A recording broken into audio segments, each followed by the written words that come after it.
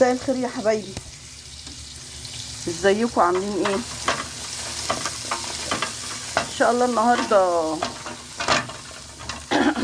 هنسمي كده بسم الله ونبدأ مع بعض. هنعمل صينية مسقعة. انا خرطت البصل اهو حلقات عشان انا بحبها كده، وولادي بياكلوها كده، يعني انا اخدتهم ان هم ياكلوها كده. ما بقطعوش بقى صغير واحمره وكده، لا يا دوبك يدبل بس. وبحط معاها بطاطس. البطاطس اهي مخرطاها خرط صغيره، والطماطم اهي.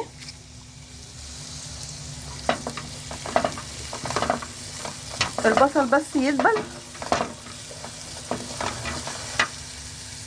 البصل يدبل كده، وبعدين احط عليه البطاطس هتتقلب مع البصل شويه، وبعد ما اقلبهم مع بعض شويه اقوم كب عليهم الطماطم تتسبك والبطاطس تستوي. احط بقى البتنجان والفلفل. البصل اهو يا حبايبي اتكرمل، حطيت عليه كام فص توم. احط بقى البطاطس اهي،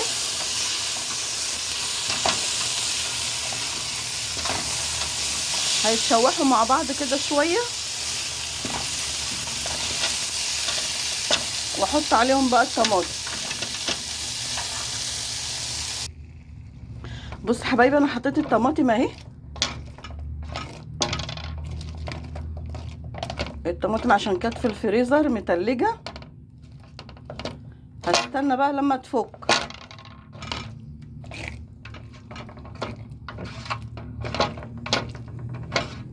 هنغطي الصينيه. بصوا حبايبي اهي، انا كده سايبه البطاطس تستوي. ده ماجي، فلفل، كمون.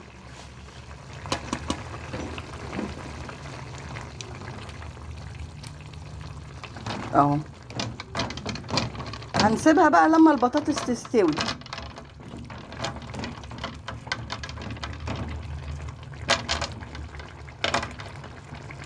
اول ما البطاطس تستوي بقى نحط البتنجان والفلفل.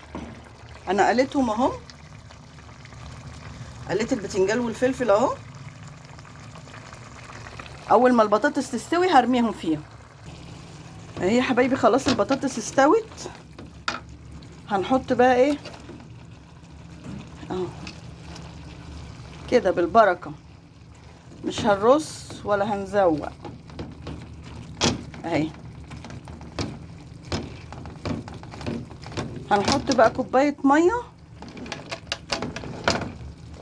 والله العظيم ما في احلى من حاجه اللي هي بالبركه. خلاص يا حبايبي المسقعه كده خلاص هطفي اهو، طفيت.